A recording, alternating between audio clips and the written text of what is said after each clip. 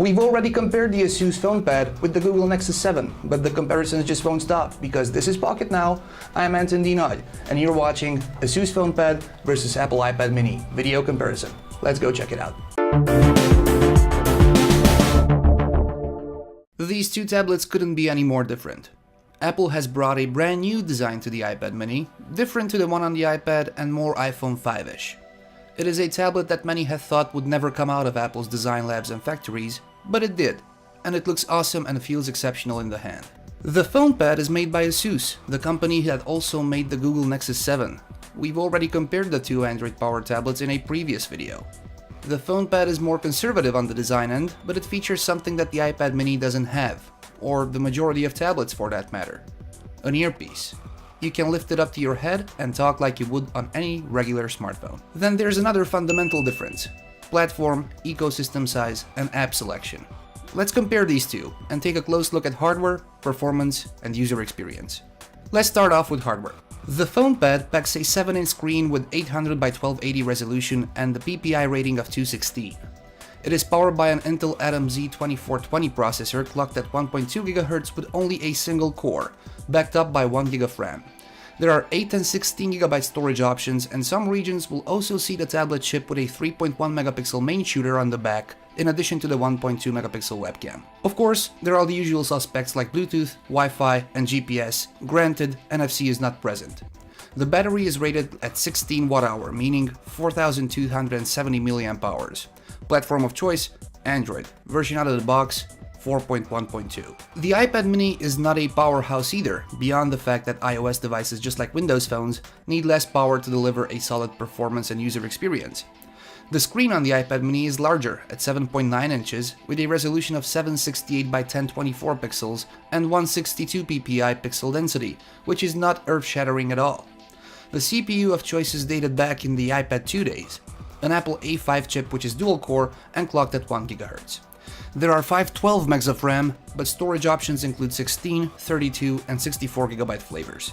The webcam on the front is a 1.2 megapixel unit like on the Fonepad, but the back features a 5 megapixel main shooter without flash. The usual suspects include Wi-Fi, Bluetooth, GPS, and no NFC, as well as a 16.3 Wh battery, meaning 4381 mAh at 3.72 volts. Platform of choice: iOS.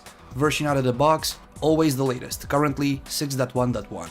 However, the Fonepad has a physical earpiece up top so that you can make or take calls just like with a regular smartphone. Yes, a 7-inch one. While the iPad mini also has a cellular version, even 4G LTE support, it lacks the earpiece. Build quality on both devices is solid. However, you're instantly shocked by how lightweight and thin the iPad mini is. At 312 grams and 7.2 millimeters, it is 28 grams lighter and 3.2 millimeters thinner than the Fonepad, which means a lot. The bezel on the iPad mini is also slimmer, and iOS has a neat way of detecting and ignoring accidental touches. The iPad mini speaks premium. That's not to say the Fonepad feels cheap, not at all, especially that the material on the back has been upgraded. We now have the cold-to-the-touch aluminum instead of the sturdy-feeling plastic on the Nexus 7. That, and the earpiece aside, we're seeing a Nexus 7 twin. Let's take a look at performance. We're comparing apples to Androids here. Different ecosystems, different platforms, different apps. Still, the user experience can only be one: good or bad. Now, first things first, it takes the iPad mini 21 seconds to boot up. Compared to that, the Fonepad is a tad lazier with its 37-second boot up time, taking 16 seconds longer. For everything else, keep this in mind. 1. We're comparing different platforms, and 2. We're talking dual-core versus single-core here, despite Intel's Android optimization on its Atom processor. Day-to-day usage results are rather interesting and intriguing. The Fonepad puts up a great fight against the iPad mini and even manages to beat it in many cases. There's no clear winner here. We have to call it a tie when it comes to launching applications like Facebook, Twitter, Google+, Foursquare, email, calendar, Spotify, or the browser. If you choose Chrome over the alternative Android browser offered on the Fonepad, the iPad mini's Safari performance will school the ASUS tablet almost every time. But that's not the tablet's fault. It's Chrome.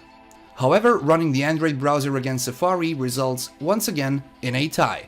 Page load times, scrolling, and even text rendering is identical to our no-stopwatch eyes. If the performance is a tie, if single and separate segments are being compared, the iPad mini and iOS offers a more fluid overall system-wide performance. Windows appear more fluidly, menus and animations don't stutter, and the entire tablet's performance is perceived as never lagging. The Fonepad does a decent job but occasionally stutters when jumping to the home screen or scrolling lists, like the settings where it occasionally is choppy. Next up, displays. Both screens are IPS LCDs, but the iPad mini is much brighter than the display on the Fonepad.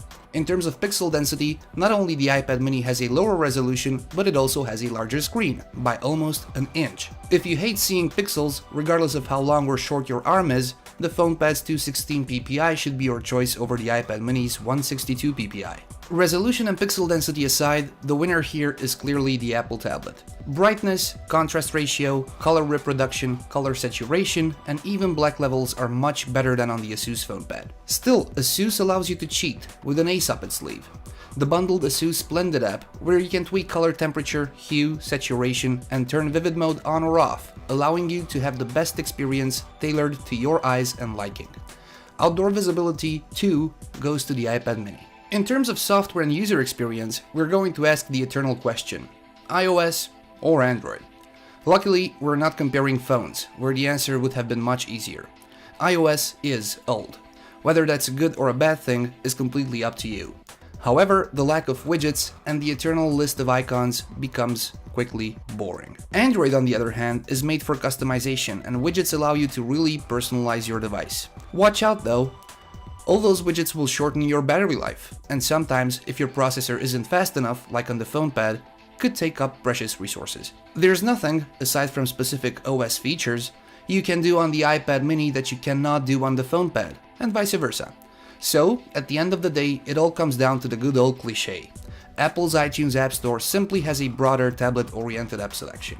Of course, Android is catching up quickly, and most of the apps you already use on a daily basis probably have a tablet version already, but the iPad apps just look more refined and fine-tuned. If we stop here in this particular setup, iOS is the clear choice. But with Android, you can always root and flash and endlessly improve your tablet.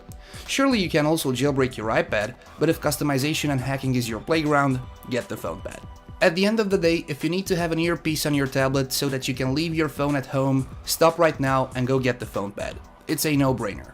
If that doesn't really interest you, then you should probably take into consideration that the Fonepad is cheaper. Our particular 16GB model set us back $333 versus the $459 or euros Apple asks for the cellular-enabled iPad mini. If you want to go Wi-Fi only, then there's absolutely no reason for you to buy the Fonepad. The Nexus 7 is right there, and it's cheap. That's gonna do it for today, everybody. Thank you very much for watching. Stay glued to Pocket Now and to our YouTube channel. Our full ASUS Fonepad review is coming shortly. Until then, make sure to subscribe to all the usual social media channels, and you can follow me on Facebook and Twitter.